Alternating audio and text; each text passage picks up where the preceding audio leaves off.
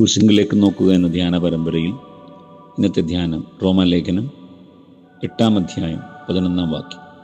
യേശുവിനെ മരിച്ചവരിൽ നിന്ന് ഉയർപ്പിച്ചവൻ്റെ ആത്മാവ് നിങ്ങളിൽ വസിക്കുന്നുവെങ്കിൽ ക്രിസ്തു യേശുവിനെ മരണത്തിൽ നിന്ന് ഉയർപ്പിച്ചവൻ നിങ്ങളിൽ വസിക്കുന്ന തൻ്റെ ആത്മാവിനെ കൊണ്ട് നിങ്ങളുടെ മർത്യ ശരീരങ്ങളെയും ജീവിപ്പിക്കും. കുരിശിലിങ്കയിലേക്ക് നോക്കുമ്പോൾ മരണത്തെ അതിജീവിച്ച ദൈവത്തെയാണ് നാം കാണുന്നത്. ദൈവത്തിൻ്റെ ആത്മാവ് നമ്മിൽ വസിക്കുന്നതിനാൽ ദൈവത്തിൻ്റെ ആത്മാവ് മരണാനുഭവങ്ങൾക്കപ്പുറത്തേക്ക് സഞ്ചരിപ്പാൻ നമ്മെ സഹായിക്കും. ഭയപ്പെടുത്തുന്ന, തളർത്തിക്കളയുന്ന, ഒറ്റയ്ക്കാക്കിക്കളയുന്ന മരണാനുഭവങ്ങൾ ഉണ്ട്. മരണാനുഭവങ്ങൾ പ്രതീക്ഷയ്ക്കും ജീവിതത്തിനും മങ്ങലേൽപ്പിക്കാറുണ്ട്. എന്നാൽ മരണത്തിൽ നിന്നും മരണാനുഭവങ്ങളിൽ നിന്നും നമ്മെ ഉയർപ്പിക്കുവാൻ സാധിക്കുന്നത് ദൈവത്തിൻ്റെ ആത്മാവ് നമ്മളിൽ ഉള്ളതിനാലാണ്. ദൈവത്തിൻ്റെ ആത്മാവ് ഭീരുത്വത്തിൻ്റെ ആത്മാവല്ല എന്ന് പറയുന്നത് മരണത്തെക്കുറിച്ചുള്ള ഭയം, മരണാനുഭവങ്ങളെക്കുറിച്ചുള്ള ഭയം. അതിനാൽ നമ്മെ തളർത്തുവാൻ ദൈവത്തിൻ്റെ ആത്മാവ് അനുവദിക്കുകയില്ല.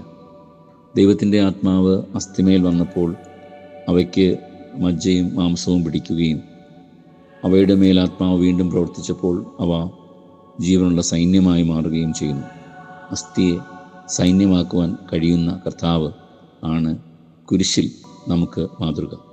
കുരിശിൽ കർത്താവ് മരണത്തെ കൊന്നു എന്ന് പറയുമ്പോൾ മരണത്തെ അതിജീവിച്ച ദൈവത്തിൻ്റെ ആത്മാവിൻ്റെ സാന്നിധ്യമാണ് നാം കാണുന്നത്. ദൈവത്തിൻ്റെ ആത്മാവിൻ്റെ സാന്നിധ്യം ഓരോ വ്യക്തിയെയും മരണത്തിനോടുള്ള മല്ല് കെട്ടുവാൻ ശക്തീകരിക്കുന്നു.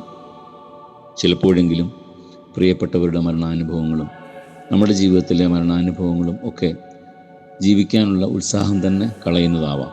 എന്നാൽ കുരിശിലേക്ക് നോക്കുക.